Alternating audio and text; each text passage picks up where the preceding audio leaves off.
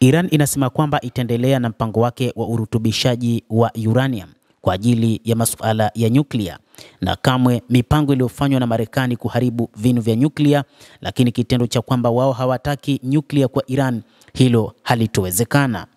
Naibu waziri wa mambo ya kigeni wa Iran, Majid Takhti-Ravanchi, amelaani mashambulizi ya Marekani dhidi ya vituo vya nyuklia vya Iran, akisema ni kitendo cha kichokozi na uhalifu, lakini alisisitiza kwamba mpango wa amani wa nyuklia wa nchi hiyo hautasitishwa. Katika mahojiano na shirika la utangazaji la ARD la Ujerumani mnamo siku ya Jumapili, Takhti-Ravanchi alikanusha wazo linaloelezwa na Marekani na baadhi ya waandishi wa habari wa Magharibi kwamba Iran itasitisha mpango wake wa shughuli za nyuklia, na akisema kwamba Iran kamwe haitositisha mpango wake wa kurutubisha uranium. Hata hivyo, ametupilia mbali wito wa kusitishwa kabisa kwa mpango huo wa nyuklia wa Iran, akisema sisi ni wanachama waaminifu wa mkataba wa kuzuia uenezaji wa nyuklia NPT.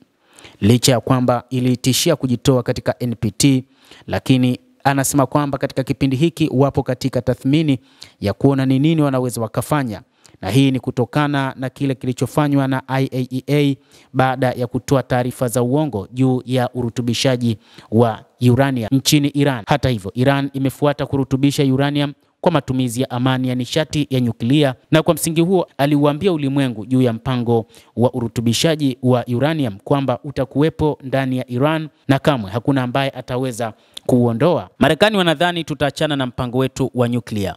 Tutaendelea na mpango huu, na ndiyo mipango ya serikali. Hatuwezi kuachana na mpango huu kwa sababu hatuna mpango wa kutengeneza mabomu ya nyuklia, lakini mpango huu umetusaidia katika teknolojia, lakini umetusaidia katika kukua katika mambo mengi, na hivyo hatuwezi tukaachana nao, anasema naibu waziri huyo.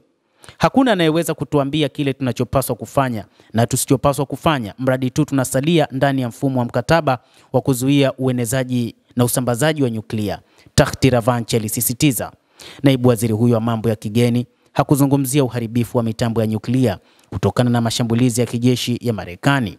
Hata hivyo, mashambulizi hayo bado yapo katika uchunguzi kuona ni athari gani ambazo zimepatikana kutokana na mashambulizi yaliyofanywa siku ya Jumamosi usiku. Wakati utawala wa Israel ukiendeleza vita vyake, umekuwa ukishambulia maeneo ya kijeshi na nyuklia, lakini pia Marekani ilikuja kuingilia kati na kufanya shambulizi zito ambalo wanaamini labda wameshaharibu mfumo wote wa nyuklia huko Natanz, Fordo na Isfahan nchini Iran. Mnamo siku ya Jumamosi usiku, maafisa wa Iran wamesema kwamba Teheran inahifadhi haki ya kuamua chaguo lake la kujibu mashambulizi dhidi ya Iran, lakini pia wamesema kamwe hawataachana na mpango huo.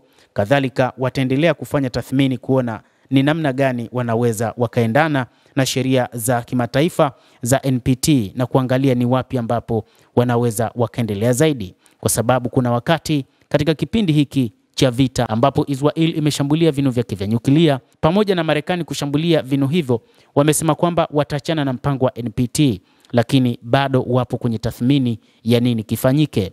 Endelea kutufuatilia mtazamaji, lakini usisahau kulike, usisahau kucomment pamoja na kusubscribe channel yetu hii ili upate habari hizi kwa mapana hapa The World News. Naitwa Adam Hussein.